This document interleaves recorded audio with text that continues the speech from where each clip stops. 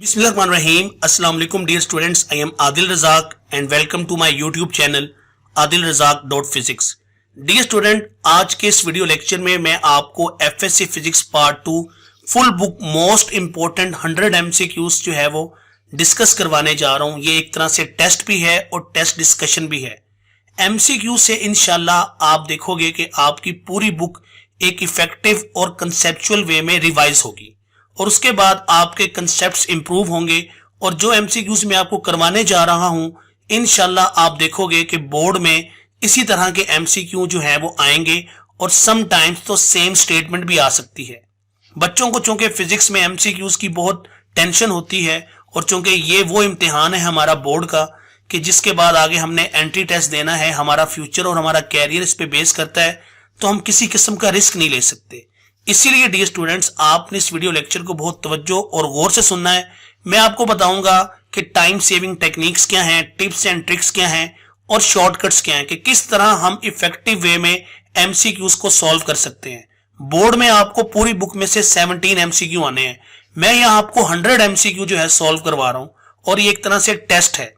अब आपसे ये रिक्वेस्ट है कि अगर आप ये वीडियो लेक्चर देख रहे हो, सुन रहे हो, तो आप इस वीडियो लेक्चर की डिस्क्रिप्शन में जाओ। सबसे पहले वहां पर गूगल ड्राइव का एक फोल्डर होगा, वहां पर मैंने ये 100 MCQ का टेस्ट जो है वो मैंने बना के अपलोड किया हुआ है। वो आप पहले डाउनलोड करके एक दफा खुद कोशिश करें सॉल्व करने की और जब आप सॉल्व कर लो तो दोबारा इस वीडियो लेक्चर पे आओ और तमाम MCQ के आंसर्स और उनकी एक्सप्लेनेशन आप सुन सकते हो।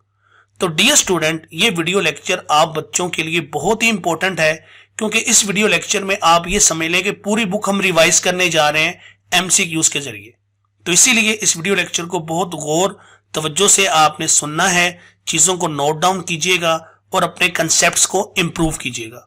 मैं उम्मीद करूंगा कि इंशाल्लाह मैं बहुत ही इफेक्टिव वे में आपके साथ कम्युनिकेट करूं और आपको अच्छे अंदाज से एमसीक्यूज की एक्सप्लेनेशन दूं।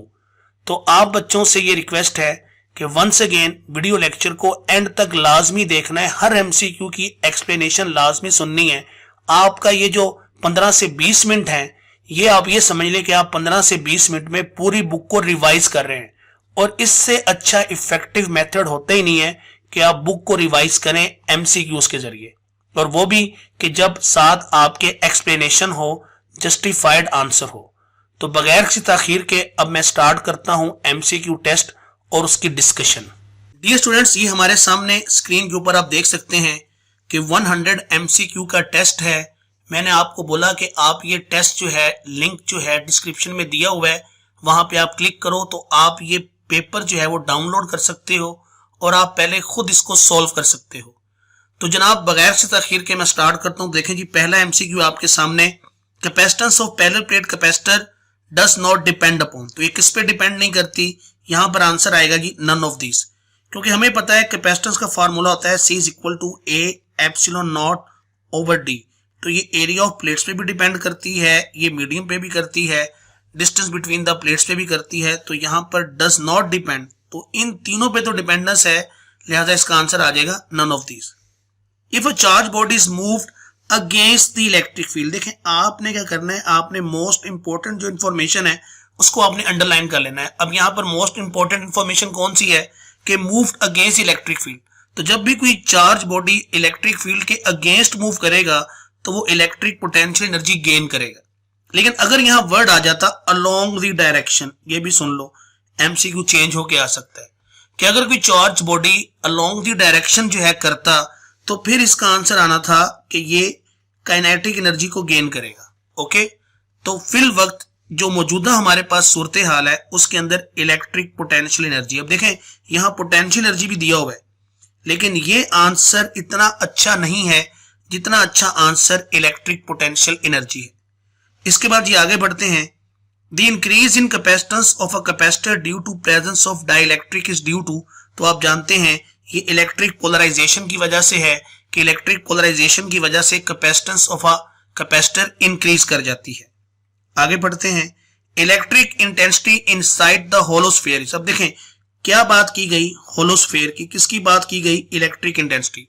तो जो भी आपने एमसीक्यू करना है तो ये तरीका होता है एमसीक्यू करने का, ओके, कि आप लेड पेंसिल पकड़ लो या आप पेन पकड़ लो, आप उस इंफॉर्मेशन को अंडरलाइन करो कि अच्छा भाई इस सवाल के अंदर ये इंफॉर्मेशन है, और फिर अपने कंसेप्ट्स को रिवाइज करो। तो हमें पता है कि जी होलोस्फेयर जो है वो तो अंदर से खाली होता है और अंदर कोई चार्ज जो है वो नहीं होता, अंदर जो है वो चार्ज जीरो है। यही वजह है कि अंदर जो है इनसाइड वो इलेक्ट्रिक इंटेंसिटी भी क्या होती है? जीरो होती है। तो ये गॉसेस लॉ की पहली एप्लीकेशन है, ये आपने पढ़ी हुई है। Unit of dielectric constant is, तो डाइलेक्ट्रिक कांस्टेंट एक प्योर रेशो है, इसलिए इसका कोई यूनिट नहीं होगा, याद रखिएगा। अब बहुत से बच्चे यहां पर ये वाला आंसर लगा कर आएंगे, नहीं, डाइलेक्ट्रिक कांस्टेंट एक प्योर रेशो है और इसका जो आंसर बनेगा वो बनेगा नो यूनिट्स, ओके। उसके बाद जी अगला एमसीक्यू, ये जरा एक नई चीज है, ये आपकी बुक में नहीं बताया गया, तो इसको भी जरा देख लें। Millikan and Fletcher determine the charge on oil droplet in, तो ये है जी इलेक्ट्रिक इक्विलिब्रियम, ये इसका आंसर बनेगा इलेक्ट्रिक इक्विलिब्रियम। तो इलेक्ट्रिक इक्विलिब्रियम यूज करके उन्होंने चार्ज जो है वो कैलकुलेट किया था। Under the action of electric field molecules of a dielectric, जी मॉलिक्यूल्स ऑफ अ डाइलेक्ट्रिक क्या हो जाते हैं? तो हम कहते हैं कि जब भी इलेक्ट्रिक फील्ड आती है तो डाइलेक्ट्रिक जो है वो बिकम्स इलेक्ट्रिक डाइपोल। ये आपने याद रखनी है बात कि आपके पास जो 7 एमसीक्यू है, जरा उसको आप गौर से देखें कि जैसे ही आपके पास इलेक्ट्रिक फील्ड आती है, ये इलेक्ट्रिक फील्ड है और यहां पर कोई डाइलेक्ट्रिक रख दिया है तो उसने पोलराइज हो जाना है। बिलफर्ज यहां पर अगर नेगेटिव प्लेट है और यहां पॉजिटिव प्लेट है तो इस तरह से उसने क्या होना है? बिकम इलेक्ट्रिक डाइपोल हो जाएगा। Dimension of RC is same as, तो आप जानते हैं यहां पर T is equal to RC वाला आपने फॉर्मूला पढ़ा हुआ है, ये एग्जाम्पल भी आपने सॉल्व की हुई है। तो आरसी की डायमेंशन बन जाएगी आपके पास टाइम के इक्वल। लेकिन अगर आज है 1/RC, तो 1/RC जो है ये होगा 1/टाइम, और 1/टाइम जो है ये होता है फ्रीक्वेंसी। तो याद रखिएगा ये एमसीक्यू ऐसे भी आ सकता है, ओके। What does newton meter per coulomb, यहां पर ये इसके ऊपर आना था C-1 स्टैंड्स फॉर क्वांटिटी। जी भाई न्यूटन मीटर पर कूलम, जरा सोचेंगे हमने कहां पढ़ा हुआ है न्यूटन मीटर पर कूलम। तो न्यूटन मीटर पर कूलम जो है ये इलेक्ट्रिक पोटेंशियल का जो है वो यूनिट होता है। कैसे? क्योंकि इलेक्ट्रिक पोटेंशियल है वोल्ट, वोल्ट होता है जाउल पर कूलम और जाउल होता है न्यूटन मीटर, और ये कूलम है तो ये आ गया C-1। तो न्यूटन मीटर पर कूलम जो है वो इलेक्ट्रिक पोटेंशियल का यूनिट है, भूलना नहीं है, ठीक है। इसके बाद ये आगे चलते हैं। Electric flux through a close surface does not depend upon, जी नंबर 10, तो किस पे डिपेंड नहीं करता? ये आप जानते हैं कि ये शेप पे डिपेंड नहीं करता, क्योंकि आपके पास जो इलेक्ट्रिक फ्लक्स का फार्मूला है वो होता है Q/ε0 according to Gauss's law. तो इसके अंदर टोटल चार्ज और मीडियम पे डिपेंडेंस है, यहाँ पर डिपेंडेंस किस पे नहीं है? यहाँ पर ज्योमेट्री और शेप पे डिपेंडेंस नहीं है। The unit of electric intensity other than Newton per coulomb, यहाँ भी ऊपर आना चाहिए था न्यूटन पर कूलम। तो ये आपके जो है वो बुक का टॉपिक है पोटेंशियल ग्रेडियंट, उसके लास्ट पे आपने देखना है कि वहां पर उन्होंने एक डेरिवेशन दी हुई है कि आपके पास न्यूटन पर कूलम जो है ये बराबर होता है वोल्ट पर मीटर के। तो आप देख सकते हो कि 11 का आंसर बन गया आपके पास बी, कि न्यूटन पर कूलम जो है ये वोल्ट पर मीटर के इक्वल होता है। और ये बेटा आपको शॉर्ट क्वेश्चन में भी आ सकता है प्रूव करना कि जी आप ये प्रूव करके दें कि आपके पास न्यूटन पर कूलम जो है वो वोल्ट पर मीटर के इक्वल होता है। The capacitance of capacitor depends upon, देखें जी ये वही एमसीक्यू है जो हमने पहला किया था, लेकिन यहाँ पर जो है हमने थोड़ा सा चेंज किया। Thickness of plates, charge on the plates, voltage applied, geometry of the capacitor. तो ऑलवेज रिमेंबर कि जो कैपेसिटेंस होती है वो ज्योमेट्री ऑफ कैपेसिटर पे डिपेंड करती है, क्योंकि ज्योमेट्री के अंदर एरिया भी आ जाता है, ज्योमेट्री के अंदर जो है डिस्टेंस बिटवीन द प्लेट्स भी आ जाता है, और ज्योमेट्री के अंदर जो है प्लेट्स के दरमियान जो मीडियम आप रखते हैं वो भी आ जाता है। तो इसीलिए इसका राइट ऑप्शन बनेगा geometry of the plates. 2 electrons falls through a potential difference of 3 volts, energy gained is. अब देखिए कितने इलेक्ट्रॉन्स हैं? 2। तो यहाँ पर जो फार्मूला हम इस्तेमाल करेंगे, यहाँ पर मैं इसको मिटा देता हूँ, यहाँ पर जो हम फार्मूला इस्तेमाल करेंगे वो है इलेक्ट्रॉन वोल्ट वाला। तो इलेक्ट्रॉन वोल्ट क्या होती है? काइनेटिक एनर्जी गेन होती है। यह जी आपके पास Q और V। कितना चार्ज है? 2 इलेक्ट्रॉन है 2e, और वोल्ट कितना है? वो है जी आपके पास 3। तो देख लें आप, 3 2 6, तो आपके पास आ जाएगा 6 इलेक्ट्रॉन वोल्ट। 13 MCQ का राइट ऑप्शन बनेगा आपके पास डेल्टा। ओके, अब यहाँ पर बच्चे कहते हैं कि जी ये आंसर क्यों नहीं हो सकता, ये बीटा। बेटा ये जो बीटा वाला आंसर है ये इलेक्ट्रॉन वोल्ट को जाउल में कन्वर्ट किया हुआ है। तो यहाँ पर पहली बात ये है कि यूनिट भी गलत है। ओके, तो इसीलिए सिंपल जो है इसका जो आंसर बनेगा वो बनेगा 6 इलेक्ट्रॉन वोल्ट। अगर 6 इलेक्ट्रॉन वोल्ट ना दिया हो, ये सुन लें, अगर 6 इलेक्ट्रॉन वोल्ट ना दिया हो तो फिर आंसर जाउल में दिया जाएगा, और जाउल में सॉल्व करने के लिए आपको इस 6 को मल्टीप्लाई करना होगा 1.6 10 की पावर -19 जाउल से। ठीक है, तो फिर ये आंसर जाउल में अगर होगा तो फिर ये आंसर ठीक हो सकता है, अदरवाइज ये नहीं हो सकता।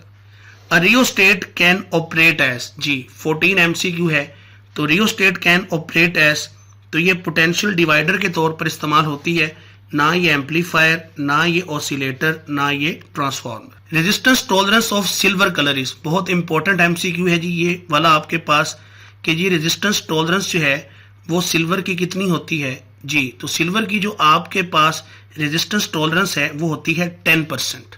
ओके, भूलना नहीं है। मोहोमीटर इनवर्स, यहाँ भी जो है ये है मोहोमीटर इनवर्स। तो बेटा ये जरा जो है ये जो साथ लिखा है ना, इसका मतलब है पावर ऊपर है। ठीक है, तो मोहोमीटर इनवर्स 16 MCQ जी, बहुत इंपॉर्टेंट MCQ है। तो मोहोमीटर इनवर्स कंडक्टिविटी का यूनिट होता है, भूलना नहीं है, बहुत इंपॉर्टेंट MCQ है कि मोहोमीटर इनवर्स किसका यूनिट है, तो ये कंडक्टिविटी का यूनिट है। For an open circuit the current flowing through the circuit is, तो भाई ओपन सर्किट का मतलब होता है कि आपके पास करंट क्या है वो 0 है, और रेजिस्टेंस क्या होती है, हम कहते हैं कि आइडियली इनफाइनाइट रेजिस्टेंस है, रेजिस्टेंस बहुत ज़्यादा है तो करंट फ्लो ही नहीं करेगा। तो 17 का आंसर अब आपने बताना है क्या बन गया, ये बन गया 0। डी स्टूडेंट्स, हमारे पास जो नेक्स्ट MCQ है वो है जी आपके पास 18, यहाँ पर है जी 52 मेगा ओम ±5% रेजिस्टेंस। अब यहाँ जो कंसेप्ट इस्तेमाल होता है वो वही BB Roy colour code, BB Roy Great Britain very good wife, ये हमने कलर कोड सीखा हुआ है 0 1 2 3 4 5 6 7 8 और 9 जी। अब आप जरा गौर से देखें 5, अब हमें पता है कि पहला जो डिजिट है वो पहला रंग पहला डिजिट बताता है, तो पहला कौन सा डिजिट है 5। तो जरा 5 के कोरस्पॉन्डिंग कलर देखें कौन सा है, तो वो है ग्रीन। हमने कहा जी ग्रीन होगा जी पहला। तो अब देखो गौर से ऑप्शन देखो, ऑप्शन को नैरो डाउन करो तो बी ऑप्शन नैरो डाउन हुई है और डी ऑप्शन नैरो डाउन हुई है। उसके बाद जी 2, अब 2 पे देखें तो वो है रेड, तो हमने कहा जी दूसरा कलर जो है वो रेड होगा, तो यहाँ भी ग्रीन रेड है, यहाँ भी ग्रीन रेड है। उसके बाद है मेगा, मेगा का मतलब होता है 10 की पावर 6। हमें पता है कि जो तीसरा डिजिट है वो डेसिमल मल्टीप्लायर देता है। तो अब देखें जी 6 हमें चाहिए, तो 6 के लिए कौन सा कलर आ रहा है आपके पास, देखें जी ये आ रहा है ब्लू। ठीक है, तो हमने कहा जी रेड ग्रीन रेड ब्लू और 5% है तो वो गोल्ड होगा, तो इसीलिए डेल्टा ऑप्शन नहीं बनेगी, ग्रीन रेड ब्लू गोल्ड ये जो है इसकी राइट ऑप्शन बनेगी। और आपके सामने 18 का जो आंसर आ गया वो आ गया जी बीटा ऑप्शन। अब हम आगे बढ़ते हैं 19। The maximum power is delivered to a load resistance R when the internal resistance of source, तो आप जानते हैं कि मैक्सिमम पावर तब आती है जब ये इंटरनल रेजिस्टेंस कैपिटल रेजिस्टेंस के जो लोड रेजिस्टेंस होती है उसके इक्वल हो जाए, तो राइट ऑप्शन बन गया सी। 20th MCQ, one of the most important MCQ, इस तरह के MCQ आते हैं एंट्री टेस्ट के अंदर। तो ये 20वां MCQ आपने बहुत तवज्जो और गौर से सुनना है, ये इंपॉर्टेंट MCQ है, फिर कह रहा हूँ ये वो MCQ है जो 90% बच्चे गलत करके आएंगे, ये भी सुन लें मुझसे। तो इसलिए इस MCQ को ध्यान से सुनना, ये आपको पेपर में आ सकता है, किसी ना किसी पंजाब बोर्ड में ऐसा MCQ लाजमी आएगा, ये मैं आपको अभी कह रहा हूँ, प्रिडिक्शन ले लो मेरी। ओके, तो ध्यान से जरा सुनना, जरा ये MCQ क्या कहता है। कहता है जनाब कि if a resistor having resistance R, अच्छा जी रेजिस्टेंस आर है, कट इनटू 3 इक्वल पार्ट्स। अच्छा जी, पहली इंफॉर्मेशन क्या है कि उसको 3 इक्वल पार्ट्स में कट किया है। अब हमें पता है कि जब आप एक रजिस्टर को 3 इक्वल पार्ट्स में कट करोगे, ये देखें बिलफर जी, ये आपके पास थी एक वायर, इसकी रेजिस्टेंस थी R, आपने इसके 3 इक्वल पार्ट्स कर लिए, हर पार्ट की रेजिस्टेंस कितनी आ गई R/3, इसी कितनी आ गई r/3, इसी कितनी आ गई r/3। ये पहली इंफॉर्मेशन के अकॉर्डिंग ये आपने साइड पे कर लेना है कि भाई ये मुझे पता लग गया। Then the equivalent of parallel combination is कि अब इन तीनों को मतलब r/3, r/3 और r/3 इन तीनों को आपने पैरेलल में जोड़ना है। बात समझ आई नहीं आई कि इन सब को कैसे जोड़ना है पैरेलल में, और फिर यहां पर आपने बताना है इक्विवेलेंट। तो अब यहां पर जो हम शॉर्टकट इस्तेमाल करते हैं इस तरह के सवालों का, वो आपने सुनना है। जो मैंने लेक्चर के शुरू में कहा था कि मैं आपको शॉर्टकट्स बताऊंगा, तो ये सवाल एक बच्चा विद इन 3 सेकंड कर सकता है, 3 सेकंड के अंदर। बात समझ रहे हो? तो अब ध्यान से मेरी बात सुनिए। ये मैं लगा हूं मिटाने, ये आप स्क्रीनशॉट लेना चाहते हो ले लो। अब मैं आपको इसका लगा हूं बताने कि इस तरह के MCQ का शॉर्टकट क्या है। देखें बेटा, गौर से सुननी है बात। अगर आपके पास सेम पार्ट्स हों और उनको लगाएं आप पैरेलल में, तो R इक्विवेलेंट का फार्मूला होता है R/N, where N is number of resistor और R इज रेजिस्टेंस। अब मसला यह है कि हमने पहले R को 3 इक्वल पार्ट्स में कट किया, तो मतलब शुरू में हर पार्ट की रेजिस्टेंस कितनी होगी R/3। अब R/3 वाले कितने रेजिस्टर हैं? हमने कहा 3 जो पैरेलल में लगे हैं, तो ये जो 3 है ये इसके साथ मल्टीप्लाई होगा और R इक्विवेलेंट आ जाएगा आपके पास R/9। ध्यान से सुन लो, ठीक है। और इसका एक और शॉर्टकट भी होता है जरा। एक तो ये शॉर्टकट था, एक और है कि अगर आप एक तार को कट करें इक्वल पार्ट्स में और उन इक्वल पार्ट्स को अगर आप लगा दें पैरेलल में, तो शॉर्टकट ये होता है आपके पास R/N²। दोबारा से सुन लो, शॉर्टकट है R/N², जबकि N होता है नंबर ऑफ पार्ट्स। तो देखो यहाँ पे रेजिस्टेंस कितनी है R, कितने पार्ट्स हैं? 3 पार्ट्स में कट गया, तो 3 का स्क्वायर लो, तो आंसर फिर कितना आ गया R/9। उम्मीद करता हूं कि ये बात आपको समझ आ गई होगी। आप इस मेथड से करना चाहते हो, इससे कर लो। आप इससे करना चाहते हो R/N² से, आप इससे कर लो, तो आंसर आपका सेम आएगा। बस कुछ बच्चों को ये वाली बात समझ आ जाती है, ये R/3/3 वाली, कुछ को R/N² वाली। तो बात एक ही है, कंसेप्ट एक ही है। तो ये मैं आप मिटाने लगा हूं, आप इसका स्क्रीनशॉट ले लो एक दफ़ा, ठीक है। तो ये देखो ज़रा गौर से, मैं ज़रा इसको दोबारा से एक दफ़ा आप बच्चों के लिए समराइज़ कर दूं कि जब भी किसी रजिस्टर को इक्वल पार्ट्स में कट किया जाए और उन पार्ट्स को पैरेलल में लगा दिया जाए, तो शॉर्टकट जो फार्मूला हम इस्तेमाल करते हैं वो होता है R/N², ठीक है। तो अगर वो 2 पार्ट्स में कहता, अब देखो अगर वो कहता है जी एक रजिस्टर है 2 पार्ट्स में कट गया, तो जुबानी जवाब बताओ आंसर कितना आएगा R/4। 3 है R/9, 4 है R/16, 5 है R/25। तो देखो कितनी देर लगी सवाल हल करने में, 2 से 3 सेकंड ही लगे। तो ये वो टिप्स एंड ट्रिक्स हैं जो मैं आपको देकर आपका सवाल भी ठीक करवाना चाहता हूं और आपका टाइम भी सेव करना चाहता हूं, ठीक है। तो यहां पर राइट ऑप्शन आ गया आपके पास R/9। ओके, बहुत से बच्चे R/3 पे निशान लगा के आएंगे, देखना जरा, ठीक है। तो ये गलती नहीं करनी, मैं फिर कह रहा हूं ये गलती नहीं करनी। ओके, ये मैं लगाऊं मिटाने, ये शॉर्टकट आप नोट कर लो, अपनी बुक पे जाके लिख लो, नोट्स में लिख लो, ये आगे काम आएगा जी। Next, the magnetic force is simply, तो मैग्नेटिक फोर्स सिंपली या डिफ्लेक्टिंग फोर्स होती है, हमें पता है। Which of the following particles moving in the magnetic field can not be deflected. तो देखें जी, न्यूट्रॉन डिफ्लेक्टेड नहीं है, क्योंकि न्यूट्रॉन को जो है उसके ऊपर चार्ज ही कोई नहीं है। तो मैग्नेटिक फील्ड हमेशा चार्ज पार्टिकल्स के ऊपर फोर्स लगा के उनको डिफ्लेक्ट करती है। इलेक्ट्रॉन भी चार्ज पार्टिकल है, बीटा पार्टिकल भी चार्ज पार्टिकल है, अल्फा भी चार्ज पार्टिकल है। न्यूट्रॉन चार्ज पार्टिकल नहीं है, लिहाजा इसके ऊपर कोई फोर्स नहीं लगेगी। Force on charge particle is 0 when projected at angle with magnetic field. तो देखें जी, आपके पास जो है फोर्स ऑन मूविंग चार्जेस का फार्मूला होता है F is equal to QVB sine of theta, ठीक है।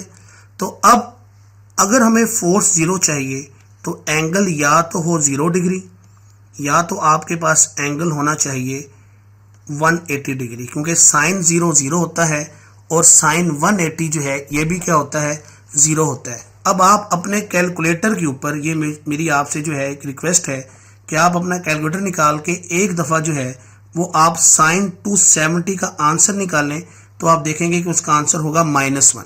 उसका आंसर क्या होगा? -1। तो इसीलिए यहाँ पर 270 पे निशान लगा के ना आना, यहाँ पे राइट ऑप्शन बनेगा आपके पास 0 डिग्री के 0 डिग्री अगर आपके पास एंगल होगा या 180 होगा तब मैग्नेटिक फोर्स जो है वो एक्ट नहीं करेगी। Next, the unit of E is newton per coulomb, ठीक है जी हमें पता है, and B is newton per ampere per metre. ये भी सवाल बहुत ही इंपॉर्टेंट है, 12 दफा आया हुआ है। Then the unit of E over B, तो ये आपने याद रखना एक फार्मूला है V is equal to E over B, इसको इस्तेमाल करते हैं वेलोसिटी सिलेक्टर के अंदर। तो ये एक फार्मूला है और 12 दफा ये MCQ रिपीट हुआ है बोर्ड के अंदर। तो V is equal to E over B ये चैप्टर 14 का न्यूमेरिकल भी है, वहां भी ये फार्मूला इस्तेमाल हुआ है और एक एग्जाम्पल के अंदर भी ये फार्मूला इस्तेमाल हुआ है। तो ये फार्मूला न्यूमेरिकल में भी चेक हो सकता है, एग्जाम्पल में भी चेक हो सकता है और MCQ में भी हो सकता है। तो देखें अब E ओवर B का यूनिट क्या बनेगा? मीटर पर सेकंड, क्योंकि वेलोसिटी का यूनिट मीटर पर सेकंड होता है। The sum of electric and magnetic force is called, इसको लॉरेंट्ज फोर्स बोलते हैं, चैप्टर 14 का टॉपिक है, पढ़ा हुआ है। The value of E over M is smallest force. तो देखें जी E ओवर M जरा गौर से देखना है आपने, ये भी जरा बच्चे यहाँ भी गलती करते हैं। E ओवर M, अब यहाँ पर चार्ज और मास दोनों पे जो है डिपेंडेंस है। अगर हम अल्फा पार्टिकल देखें तो अल्फा पार्टिकल का क्या है? चार्ज जो है वो डबल होता है और मास इसका होता है 4 times as compare to mass of proton. तो आप देख सकते हैं कि ये फैक्टर ज़्यादा बड़ा है और ये डिनोमिनेटर में है, जिसकी वजह से आंसर छोटा आएगा, ठीक है। तो इसीलिए अल्फा पार्टिकल की चार्ज टू मास रेशियो जो है वो स्मॉलेस्ट है, ये भूलना नहीं है आपने, ठीक है। तो इसका राइट ऑप्शन बन गया delta option. For a current carrying solenoid the term N has unit as, बहुत इंपॉर्टेंट MCQ है ये भी। तो ये होता है number of turns in a unit length. तो इसीलिए इसका जो राइट ऑप्शन बनेगा वो बनेगा पर मीटर। तो 27 MCQ का जो राइट ऑप्शन है आपके पास, दोबारा से सुन ले मेरी बात, for a current carrying solenoid the term N has a unit. तो N जो टर्म है उसका यूनिट जो है आपके पास क्या होगा? वो होगा पर मीटर, ठीक है। ये आपने भूलना नहीं है। 27 की राइट ऑप्शन बन गई beta. Magnetic field strength, magnetic flux density is measured in. तो magnetic flux density, magnetic field strength एक ही चीज के दो नाम हैं। तो इसका जो SI यूनिट होता है वो होता है टेस्ला। जरा ध्यान से देखें, टेस्ला, लेकिन यहाँ टेस्ला दिया नहीं हुआ। तो अब जो टेस्ला है ये किसके इक्वल होता है, सवाल ये है। तो आपके पास जो टेस्ला है ये होता है वेबर पर मीटर स्क्वायर के इक्वल। अब ये कहाँ से आया? तो ये आपके पास फार्मूला है मैग्नेटिक फ्लक्स का, ठीक है। मैग्नेटिक फ्लक्स होता है B.A। अब आप A को इधर डिवाइड कर दें तो आप देख सकते हैं कि B आ गया magnetic flux per unit area और ये बन गया वेबर पर मीटर स्क्वायर, ठीक है। तो सम टाइम्स यूनिट्स को मैनिपुलेट किया जाता है। बच्चा कहता है जी आंसर टेस्ला था, वहां तो टेस्ला था ही नहीं। तो भाई tesla weber per metre square के इक्वल होता है, इसीलिए राइट ऑप्शन बन गया weber per metre square. An inductor में स्टोर एनर्जी इन, तो इंडक्टर एनर्जी स्टोर करता है अपनी मैग्नेटिक फील्ड के अंदर, ये भी बहुत इंपॉर्टेंट MCQ है। कैपेसिटर एनर्जी स्टोर करता है अपनी इलेक्ट्रिक फील्ड के अंदर, जबकि इंडक्टर एनर्जी स्टोर करता है अपनी मैग्नेटिक फील्ड के अंदर। इसके बाद जी हमारे पास कम्यूटेटर वाज इन्वेंटेड बाय, तो विलियम स्टर्जन, ये जी बुक की लाइन है आपके सामने, ठीक है। तो ये भी आपने याद रखनी है। तो इसके बाद जी next, hysteresis produced in transformer is responsible for. तो ये रिस्पॉन्सिबल किसके लिए है हिस्टेरिसिस? तो ये एनर्जी लॉस के लिए है। एनर्जी ज़ाया होती है, एनर्जी डेसिपेट होती है। Energy stored per unit volume इन इंडक्टर्स। तो देखें जी हमारे पास जो energy store per unit volume है इसको बोलते हैं energy density. Energy per unit volume बहुत इंपॉर्टेंट कंसेप्ट है ये, ठीक है। एनर्जी डेंसिटी, इसका यूनिट बड़ा इंपॉर्टेंट है। तो जॉल पर मीटर क्यूब, ठीक है, ये इसका यूनिट है। तो यहाँ पर जो फार्मूला बनेगा ये आप अपनी बुक पे देख सकते हो। ये फार्मूला होता है 1/2 B square over mu naught, ठीक है। तो ये एनर्जी डेंसिटी का फार्मूला है। SI unit of mutual inductance is very much important MCQ, 33 MCQ। तो म्यूचुअल इंडक्टेंस का जो यूनिट होता है वो होता है हेनरी। और हेनरी क्या होता है? हेनरी बराबर होता है ओहम सेकंड या बराबर है वोल्ट सेकंड पर एम्पेयर। तो वोल्ट सेकंड पर एम्पेयर देखें जी कौन सी ऑप्शन बन रही है? डेल्टा ऑप्शन, ठीक है। तो सम टाइम्स ओहम सेकंड भी आ सकता है, हेनरी भी आ सकता है। तो ये सब जो हैं ये इसके यूनिट्स हैं। ओके, तो ये आपने बात भूलनी नहीं है, ये एमसीक्यू भी बहुत इम्पोर्टेंट है। 33 एमसीक्यू था कि जिसकी हमने ऑप्शन जो है वो डेल्टा लगाई है। लेंज़ लॉ डील्स विद, तो लेंज़ लॉ डील करता है जी इंड्यूस करंट को, याद रखना यहाँ पर इंड्यूस्ड ईएमएफ नहीं आएगा। 34 एमसीक्यू का जो राइट ऑप्शन है वो बीटा है, क्योंकि इसकी स्टेटमेंट में कहा गया है कि जो आपके पास करंट है, तो लेंज़ लॉ करंट को डील करता है, वो जो करंट पैदा होता है वो अपोज करता है अपने कॉज को। ठीक है, the motional EMF is given by, तो देखें जी आपके पास मोशनल ईएमएफ का फार्मूला होता है E is equal to VBL sine theta, ये आपके पास फार्मूला है VBL साइन थीटा। माइनस नहीं लगाया चूँकि मैंने मैग्नीट्यूड ले लिया है, तो इसीलिए ये आपके पास 35 का जो आंसर है, 35 का आंसर बन गया डेल्टा। 36 पे आ जाए, when a conductor moves across a magnetic field and EMF is set up, this EMF is called, तो इसको जी इंड्यूस्ड EMF बोलते हैं, बच्चों वाला MCQ है। इन RLC circuit the energy is dissipated in 37, most important MCQ है जी, ये भी देख लें 37। तो एनर्जी डेसिपेट होती है जनाब तीनों के अंदर, रजिस्टर के अंदर भी, इंडक्टर के अंदर भी और कैपेसिटर के अंदर भी। अब यहाँ पर देखें ये नहीं बताया हुआ कि रेजोनेंस है या जो भी है, तो इसीलिए एनर्जी तीनों में जो है वो डेसिपेट लाजमी होगी। The expression P is equal to VI holds only when current and voltage are, तो ये फार्मूला तब वैलिड होता है जब current and voltage in phase हो। इन फेज का मतलब होता है इनके दरमियान एंगल हो 0 degree. In pure capacitor AC circuit the current I and charge QR, हाँ भाई, अब ये आपने अपनी बुक के अंदर जो है, ये आपकी बुक पे ग्राफ बना हुआ है AC थ्रू अ कैपेसिटर के अंदर। 39 MCQ है, तो याद रखिएगा कि करंट और चार्ज ये आउट ऑफ फेज है। यहाँ पर ऐसे ग्राफ बना होगा, ये करंट की जो है वो यहाँ से शुरू हुई है और चार्ज जो है वो ऐसे बना होगा, ये आप देख सकते हैं। तो ये आउट ऑफ फेज है, और कितना आउट ऑफ फेज है 90 डिग्री, ये भी याद रखिएगा। ठीक है, ये भी इंपॉर्टेंट MCQ है।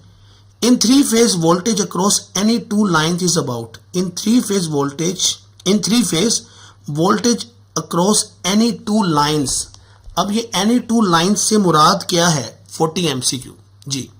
एनी 2 लाइन से मुराद है कि ये लाइन टू लाइन वोल्टेज है, फेस टू फेस, तो फेस टू फेस वोल्टेज होती है 400 वोल्ट्स। ठीक है, और ये देखें ये है V लाइन टू लाइन, तो ये होता है 400 वोल्ट। और अगर वो कहे कि V लाइन टू न्यूट्रल, तो ये होता है जी आपके पास 230 वोल्ट, ये आप अपनी बुक में देख सकते हो। ठीक है, 3 phase AC supply machine has, हाँ भाई कितने terminals 4 terminals, once again book की लाइन है। विच कंज्यूम स्मॉल पावर, कौन स्मॉल पावर कंज्यूम करता है 42 MCQ जी, बोलिए जी इसका आंसर भी 42 का, तो 42 में इंडक्टर जो है ये स्मॉल पावर जो है कंज्यूम करता है। When an inductor comes close to a metallic object its inductance, very much important 43 metal detector से MCQ लिया गया है। तो जब भी कोई मेटेलिक ऑब्जेक्ट जो है वो उसके सर्च कॉइल के करीब आएगा तो उससे उसकी इंडक्टेंस डिक्रीज हो जाती है। At resonance the behaviour of RLC series circuit is जी, तो ये होता है रेजिस्टिव। रेजोनेंस के ऊपर हमें पता है कि इंडक्टेंस और कैपेसिटेंस एक दूसरे के इफेक्ट को कैंसिल कर देती है, लिहाजा आपके पास जो राइट ऑप्शन बनेगा वो बनेगा रेजिस्टिव।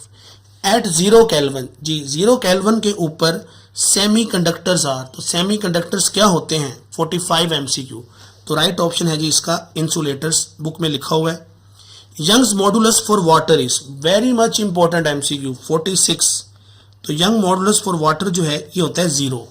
क्यों 0 होता है, क्योंकि हम कहते हैं कि इनका जो टेंसाइल स्ट्रेन है वो इनफाइनाइट है।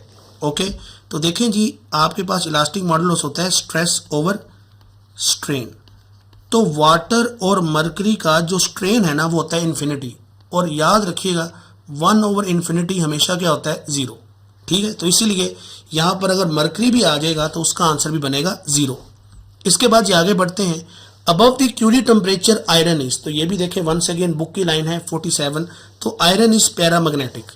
तो क्यूरी टेम्परेचर क्या होता है कि जहाँ पर आपके पास एक फेरोमैग्नेटिक जो है वो पैरामैग्नेटिक में कन्वर्ट होना शुरू हो जाता है, तो अबव क्यूरी टेम्परेचर आयरन जो है वो क्या हो जाता है वो पैरामैग्नेटिक हो जाता है कि मोर मैग्नेटिक से लेस मैग्नेटिक बिहेवियर शो करता है। डोमेन्स आर एग्जिस्टेड इन, जी भाई 48 एमसीक्यू, तो 48 एमसीक्यू का राइट ऑप्शन बनेगा अल्फा। डोमेन्स जो हैं ये फेरोमैग्नेटिक मटेरियल्स के अंदर जो है एग्जिस्ट करती हैं, जिसकी वजह से वो मैग्नेटिक बिहेवियर शो करते हैं। 49 एमसीक्यू, जी 49 एमसीक्यू देखें जी, a wire stretch by a force F which causes an extension delta L, energy stored in the wire is, तो देखें जी एनर्जी स्टोर्ड का फार्मूला होता है 1/2 F multiply by delta L, ठीक है। तो राइट ऑप्शन आपके पास आ गई जी डेल्टा, ओके। स्ट्रेन एनर्जी का कंसेप्ट है।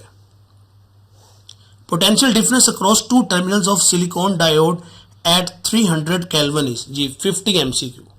50 एमसीक्यू का राइट ऑप्शन जो है वो आपके पास क्या बनेगा, सिलिकॉन है, तो सिलिकॉन हमें पता है 0.7, जर्मीनियम होता तो 0.3 होता।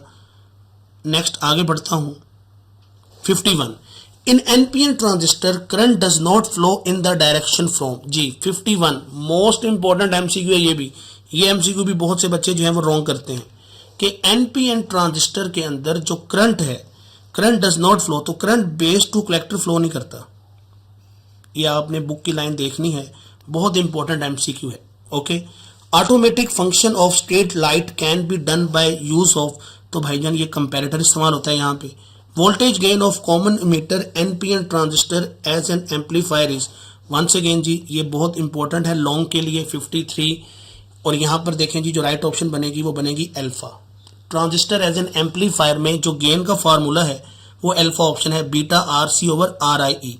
Voltage gain of the transistor as an inverting amplifier is negative because of, हाँ भी 54 नेगेटिव क्यों होता है, हमने कहा due to phase shift to 180 degree. मतलब ये है कि ये इनपुट सिग्नल है, लेकिन जो आउटपुट सिग्नल है वो ऐसे इन्वर्ट होके आता है, तो यहाँ पर जो फेज डिफरेंस है वो 180 है, और इसी की वजह से open loop gain of op amp is of the order of 10 की पावर 5। बहुत इंपॉर्टेंट एमसीक्यू है ये भी। The use of LDR in the circuit of, जी भाई तो एलडीआर हम सर्किट इस्तेमाल करते हैं नाइट स्विच के अंदर, तो 56 की राइट ऑप्शन आपके पास क्या आ गई, alpha option. In Compton scattering the Compton shift will be equal to Compton wavelength, बहुत इंपॉर्टेंट एमसीक्यू है। 57 एमसीक्यू देखिए, तो हमने कहा जी ये तब मुमकिन होता है जब आपके पास एंगल हो 90 डिग्री। क्यों, क्योंकि आप जब 90 को सॉल्व करते हैं, cos 90 लेते हैं तो वो आता है 0, तो 1 - 0 1, तो आपके पास कॉम्पटन शिफ्ट जो है वो कॉम्पटन वेवलेंथ के इक्वल आ जाएगी। The momentum of moving photon is important MCQ once again 58, तो मोमेंटम ऑफ फोटोन जो है वो होता है h ओवर लैम्डा। तो आपके पास असल में ये इक्वेशन थी lambda is equal to h over p, p लेना है तो p के लिए क्रॉस मल्टीप्लाई कर लो, तो ये आ जाएगा h ओवर लैम्डा, जी 59 the reverse process of photo electric effect, ये देखें सारे इंपॉर्टेंट एमसीक्यू। तो ये होता है जी आपके पास the reverse process of photo electric effect is called, जी 59 एमसीक्यू। 59 एमसीक्यू का राइट ऑप्शन क्या बनेगा, एक्स रेस, ठीक है। तो फोटो इलेक्ट्रिक का जो इनवर्स या रिवर्स प्रोसेस है वो एक्स रेस कहलाता है। The number of electrons emitting depend upon, तो नंबर ऑफ इलेक्ट्रॉन्स इमिट किस पे डिपेंड करता है जी भाई सोच के बताएं। The number of electrons emitting depend upon 60 MCQ है, तो 60 एमसीक्यू का राइट ऑप्शन बनेगा इंटेंसिटी ऑफ इंसिडेंट लाइट। याद रखें कि जो नंबर है ना, नंबर ये इंटेंसिटी डायरेक्टली प्रोपोर्शनल होती है एम्पलीट्यूड का स्क्वायर, और इंटेंसिटी का मतलब होता है तादाद, ये याद रखना। इंटेंसिटी को बच्चे एनर्जी से मिक्स कर देते हैं। मॉडर्न फिजिक्स के अंदर एनर्जी फ्रीक्वेंसी पे डिपेंड करती है और इंटेंसिटी डिपेंड करती है तादाद पर। तो जब भी तादाद की बात आएगी तो आपने वर्ड बोलना है इंटेंसिटी। 61 बहुत इंपॉर्टेंट एमसीक्यू है, मेमोरी बेस्ड एमसीक्यू है, बुक की लाइन है, बच्चे अक्सर ये लाइन जो है वो भूल जाते हैं। तो 61 जी, when platinum wire is heated it becomes orange at, तो ये ऑरेंज बन जाती है आपके पास जी। कौन सा एमसीक्यू है ये है 61। तो 61 की राइट ऑप्शन बनेगी सी 1100 डिग्री सेल्सियस। ये जी बुक की इन्फो है, बुक लाइन है, ये आपको क्रैम करनी पड़ेगी। Dash has the largest de Broglie wavelength at same speed, exercise का जी शॉर्ट क्वेश्चन है, तो हमें चाहिए लार्जेस्ट 62 जी इलेक्ट्रॉन।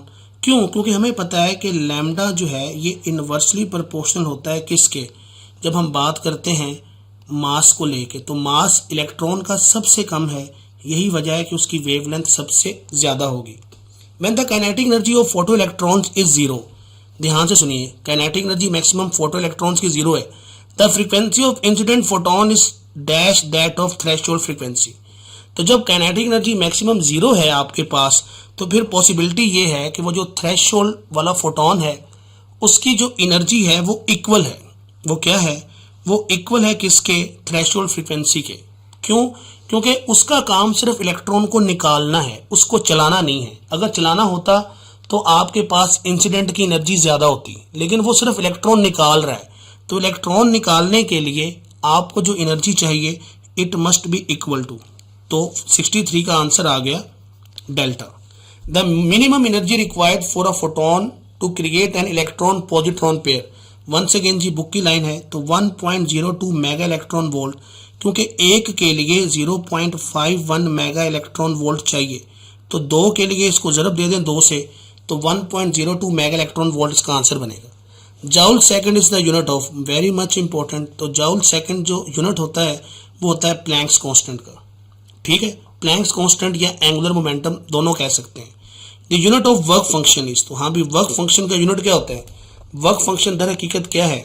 वर्क फंक्शन एनर्जी है, वो एनर्जी जो आपने लाजमन देनी है। तो इसीलिए हमने कहा जी इसको हम इलेक्ट्रॉन वोल्ट में लेंगे, क्योंकि इलेक्ट्रॉन वोल्ट जो है वो एनर्जी का यूनिट है। 67 पे आ जाए, which is the most refined form of matter. तो ये बुक की साइड इन्फॉर्मेशन है, ये साइड इन्फो है, ठीक है। तो ये डी ब्रोगलाय की स्टेटमेंट है। डियर स्टूडेंट्स, ये बात आपने बिल्कुल नहीं भूलनी कि मोस्ट रिफाइंड फॉर्म जो है वो हमारे पास मैटर की होती है light, okay. If an object moves with speed of light it mass become, जी रिलेटिविटी पे आ जाए, अगर कोई ऑब्जेक्ट स्पीड ऑफ लाइट से मूव करता है तो उसका मास क्या हो जाएगा? उसका मास इनफाइनाइट हो जाएगा, इन्फिनिटी हो जाएगा। 69 MCQ इंपॉर्टेंट है जी, जरा इसको देखते हैं। 69, the wavelength associated with the proton moving at a speed of 40 metre per second is, जी क्या निकालनी है? वेवलेंथ। तो lambda is equal to h/mv। ये पुट करके आप जब सॉल्व करेंगे तो ये आपका आंसर आ जाएगा जी, 69 MCQ है तो इसका आंसर आ जाएगा बीटा ऑप्शन 9.02 नैनोमीटर। तो ये फार्मूला है, इसको सॉल्व करके आंसर निकाल लीजिएगा, ठीक है। 70 पे चलता हूँ। When a metal is heated sufficiently, electrons are given off by the metals. This phenomena is known as, हाँ भी इस फिनोमिना को क्या बोलते हैं कि जब आप हीट करते हैं और वहाँ से जो है वो इलेक्ट्रॉन जो हैं वो निकलते हैं, इसको बोलते हैं थर्मियोनिक एमिशन। क्या बोलते हैं इसको? Thermionic emission. और ये कहाँ इस्तेमाल हो रही है? ये एक्सरे के अंदर इस्तेमाल होती है, जब हम फिलामेंट को जो है फिलामेंट से हीट दे के कैथोड से इलेक्ट्रॉन निकालते हैं। Light of 4.5 electron volt is incident on a caesium surface and stopping potential is 0.25 volt. तो maximum kinetic energy of emitted electron क्या होगी? तो देखें जी, यहाँ पर जो फार्मूला है वो है E energy of photon is equal to work function plus kinetic energy maximum. ये आपके पास फार्मूला है। अब इस फार्मूले के अकॉर्डिंग आपने क्या करना है? तो लाइट कितनी है? 4.5 इलेक्ट्रॉन वोल्ट, सीजियम सरफेस पे हुई है, स्टॉपिंग पोटेंशियल 0.25 है। अब यहाँ पर आपने बात ये याद रखनी है कि जो स्टॉपिंग पोटेंशियल होता है ना, वही हमारे पास मैक्सिमम काइनेटिक एनर्जी होती है। तो फिर स्टॉपिंग पोटेंशियल कितना दिया हुआ है? 0.25। तो हमने कहा 0.25 इलेक्ट्रॉन वोल्ट जो है ये हमारे पास जो है ये मैक्सिमम काइनेटिक एनर्जी होगी। बात समझ आई नहीं आई? बहुत से बच्चे इस सवाल को गलत करेंगे। तो याद रखिएगा कि जो स्टॉपिंग पोटेंशियल होता है V0E, it is equal to maximum kinetic energy, okay. तो अब इसका आंसर बन गया delta, right option. Einstein photoelectric equation is given by, तो ये देखिए मैंने ऊपर लिख दी है, तो ये आप देख सकते हैं। 72 का राइट ऑप्शन कौन सा बनेगा जी? 72 का राइट ऑप्शन बनेगा जी अल्फा, या आप इसको ऐसे भी लिख सकते हैं। वो सिंपल इसको इधर ले आया तो E माइनस वो वर्क फंक्शन हो गया, और काइनेटिक एनर्जी 1/2 mv² होती है। फॉर होलोग्राफी वो यूज़ अ बीम ऑफ, तो हम लेज़र इस्तेमाल करते हैं जी होलोग्राफी के लिए, बहुत इंपॉर्टेंट है ये भी। The equation of Rydberg constant is given by, जी रेडबर्ग कांस्टेंट की इक्वेशन क्या होती है? ये हम इस्तेमाल करते हैं जब हमने वेवलेंथ फाइंड करनी होती है जी। तो 74 को देखें जरा, ये भी इंपॉर्टेंट MCQ है। तो 74 का राइट ऑप्शन आ गया आपके पास beta. E not over HC। Atom can reside in metastable state 4 जी 75, तो बनेगा जी C 10 की पावर -3, और अगर एक्साइटेड आ जाए तो 10 की पावर -8 सेकंड होता है ये एक्साइटेड के लिए, ठीक है। ये MCQ भी आ सकता है। इसके बाद आगे चलते हैं। 76 radius of first Bohr orbit is जी 76, तो आप जानते हैं 0.053 नैनोमीटर होता है, तो बीटा ऑप्शन इसकी राइट ऑप्शन आ गई। X ray diffraction reveals that these are जी, एक्सरे डाइफ्रैक्शन क्या रिवील करती हैं कि भाई आपके पास इलेक्ट्रॉन जो हैं वो वेव टाइप कैरेक्टरिस्टिक्स रखते हैं। 78 the rest mass of X ray photon is, तो rest mass of X ray photon जो है वो 0 होता है, इंपॉर्टेंट MCQ है। The SI unit of Rydberg constant is, तो रेडबर्ग कांस्टेंट का यूनिट होता है पर मीटर, ये भी बहुत इंपॉर्टेंट MCQ है, भूलना नहीं है कि रेडबर्ग कांस्टेंट का जो आपके पास डायमेंशन होती है वो L-1 और यूनिट होता है पर मीटर। 80 पे आ जाए, तो 80 पे देखें जी, in an electronic transition atom can not emit, तो इलेक्ट्रॉनिक ट्रांजिशन के अंदर जो एटम है वो गैमा रेज इमिट नहीं करता, क्योंकि गैमा रेज निकलती हैं न्यूक्लियस के अंदर से, और यहाँ पर शेल्स की बात हो रही है, ठीक है। तो शेल्स के अंदर से गैमा रेज नहीं निकलेंगी, शेल्स के अंदर से हमेशा जो रेज निकलती हैं वो आपके पास इंफ्रारेड हो सकती हैं, अल्ट्रा हो सकती हैं, विजिबल हो सकती हैं, लेकिन गैमा नहीं हो सकती, ठीक है। तो ये MCQ भी जो है इम्पोर्टेंट है, इसको आपने भूलना नहीं है, 80 MCQ। इसके बाद जी आगे चलता हूँ। The value of Rydberg constant is जी, ये भी मेमोरी बेस्ड MCQ है, 81, तो 81 का राइट ऑप्शन आता है जी आपके पास C ऑप्शन 1.094 10 की पावर 7 पर मीटर। 82 पे आ जाओ। What is the type of characteristics X ray photon whose energy is given by the relation K EM minus E K, कि भाईजान M से K शेल में ट्रांजिशन हो रही है। ये देखें, हमें पता है जी ये आपके पास ये K शेल है, ये L शेल है और ये M शेल है। तो जब M से K में ट्रांजिशन होगी तो ये बनेगा K बीटा, ठीक है। तो 82 का अब आप देख सकते हैं कि राइट ऑप्शन बनेगा C option. Process of generating 3 dimension images, तो इसको होलोग्राफी बोलते हैं, सिंपल C ऑप्शन है। दी एक्सरे कंसिस्ट ऑफ जी 84 MCQ आपके सामने है। तो एक्सरे जो है वो किस पे कंसिस्ट होती हैं, तो एक्सरे कंसिस्ट होती हैं high energy photons, delta option. 2 down and 1 up quark make, very much important. और ये जो लास्ट वाले चैप्टर के MCQ हैं ये अक्सर बच्चे गलत करते हैं। 2 डाउन एंड 1 अप क्वार्क्स, हाँ भी, तो इससे क्या बनेगा, तो हाँ जी इससे बनेगा जी न्यूट्रॉन। तो 85 का राइट ऑप्शन बन गया beta. Type of quarks are, तो 6 टाइप्स हैं जी आपके पास क्वार्क की, ठीक है। 86 का आ गया C ऑप्शन। 87, तो 87 आप देख सकते हैं कि energy liberated when 1 atom of, अच्छा यहाँ पे थोड़ा सा ये मिस्टेक है, जरा इसको मैं जरा ठीक करके लिख दूँ। ये है यूरेनियम 23592, ये ऐसे लिखा जाना था, ठीक है। अंडरगोस फिशन रिएक्शन जी, तो कितनी एनर्जी लिबरेट होती है जी ऑन दी एवरेज, तो on the average 200 mega electron volt energy जो है वो लिबरेट होती है। तो 87 का राइट ऑप्शन आ गया C ऑप्शन। ओके, ये बहुत इंपॉर्टेंट MCQ है कि कितनी एनर्जी लिबरेट होती है, तो 200 मेगा इलेक्ट्रॉन वोल्ट, और ये ऑन दी एवरेज एनर्जी है। ओके, ये भी भूलना नहीं है। 88 पे आ जाए। When alpha particles emitted from any nucleus mass number and its charge number, ठीक है। तो जब भी आपके पास अल्फा डिके होता है तो अल्फा होता है हीलियम, हीलियम ऊपर 4 नीचे 2, तो यही वजह है कि मास में 4 की कमी होती है और चार्ज के अंदर 2 की कमी होती है। तो आप देख सकते हैं कि फिर 88 का राइट ऑप्शन कौन सा बनेगा, बीटा ऑप्शन, कि भाई आपके पास मास नंबर डिक्रीज बाय 4 और charge number decrease by 2। A sample contains n radioactive nuclei.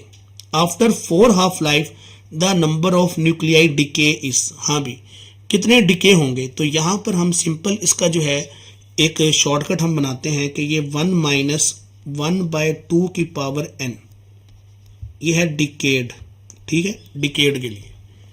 तो अब जनाब n क्या होता है, n होता है नंबर ऑफ हाफ लाइफ। अब आप इसको सॉल्व करें तो 1 माइनस 1/2 की पावर कितनी आ गई, 4, तो 1/2 की पावर कितनी होती है, 4 करें तो 1/16, तो माइनस करेंगे, सॉल्व करेंगे तो 15/16 जो है इसका आंसर बनेगा 89 का आंसर बन गया बीटा। ये भी बहुत इंपॉर्टेंट MCQ है कि इतना डिके हो गया तो पीछे बच कितना गया, बच गया 1/16। Okay, the dead time of Geiger molar counter of the order of 90, बहुत इंपॉर्टेंट MCQ है जी। तो ये होता है जी मोर देन मिली सेकेंड, तो ये होता है जी 10 की पावर -4 सेकेंड, तो इसीलिए हमने कहा जी मोर देन अ मिली सेकेंड से ये टाइम ज़्यादा है। 91 which nuclear reaction take place in the sun and the stars, तो सिंपल जी फ्यूजन रिएक्शन होता है, भूलना नहीं है कि सूरज और सितारों के ऊपर उनकी जो रोशनी है वो रोशनी किस वजह से है, वो फ्यूजन रिएक्शन की वजह से है। 92 पे आ जाए जी, the number of neutrons in uranium 235 92, तो सिंपल जनाब इसका हल ये है कि 235 माइनस 92 कर दें आप, यहाँ पे आएगा a माइनस जी, ठीक है, तो ये a माइनस जी कर दें तो आपके पास नंबर ऑफ न्यूट्रॉन्स आ जाएंगे n, तो देखें जी माइनस करके 143 बनते हैं, तो 92 का आंसर आ गया आपके पास चार्ली ऑप्शन, ठीक है। तो 143 जो हैं ये आपके पास न्यूट्रॉन्स होते हैं। 93 colour television while operating emits, तो हाँ भी 93 बुक की साइड इंफॉर्मेशन है, तो ये एक्सरेज उमिट करती हैं कलर टेलीविजन, याद रखना ये बुक की साइड इंफॉर्मेशन है, ये एमसीक्यू ज़्यादातर बच्चे गलत करेंगे, तो ये एमसीक्यू को गौर से देखना है 93 को। 94 पे आ जाओ, half life of radon gases, once again जी बुक की साइड इंफॉर्मेशन है, बहुत ही इंपॉर्टेंट एमसीक्यू है, बहुत ही इंपॉर्टेंट, आपको एक हाफ लाइफ वाला एमसीक्यू लाजमी आना है, ये मैं आपको अभी कह रहा हूँ। जितने भी पंजाब के बोर्ड हैं उनके अंदर हर पेपर के अंदर जो है ना लाजमन हाफ लाइफ वाला सवाल लाजमी आएगा। किसी को हाफ लाइफ जो है वो कैलकुलेट करनी आ सकती है, किसी से वैल्यू पूछी जा सकती है, तो हाफ लाइफ वाला जो एमसीक्यू होता है ना ये मस्ट होता है, ये भूलना नहीं है। 1 joule of energy absorbed in a body पर केजी इज इक्वल टू, हाँ भी 95, तो 95 का बनेगा जी हमारे पास डेल्टा, ये 1 ग्रे है, ठीक है जी, तो ये होता है जी आपके पास energy absorb joule, 1 joule divided by 1 KG, तो ये होता है आपके पास 1 ग्रे, ठीक है, ये चैप्टर नंबर 21 में लास्ट पे दिया हुआ है। Which of the following belongs to hadrons group, most important भाई ये चीज़ें, ये वो एमसीक्यू हैं जो बच्चे गलत करते हैं क्योंकि वो कहते हैं आखिरी चैप्टर पे इतनी तवज्जो नहीं देते। तो 96 का आपके पास आंसर आ गया जी अल्फा, ठीक है, 96 का राइट ऑप्शन आ गया प्रोटॉन, तो जो हेड्रॉन है ये प्रोटॉन जो है हेड्रॉन ग्रुप से ताल्लुक रखता है। In nuclear radiation track of alpha particle is, हाँ जी 97 कहाँ से आया, ये आया विल्सन क्लाउड चैम्बर से एमसीक्यू, तो 97 की राइट ऑप्शन बनेगी डेल्टा, ये कॉन्टिन्यूस होते हैं, ठीक है। By emitting alpha particle the nucleus loses its mass by, हाँ जी कितना जो है उसका मास जो है कम होता है 98, तो हमने कहा जी 4 AMU, ठीक है, क्योंकि हीलियम के ऊपर क्या है 4, तो जब भी हीलियम लूज होगा तो भाई 4 जो है वो माइनस हो जाएगा, ओके।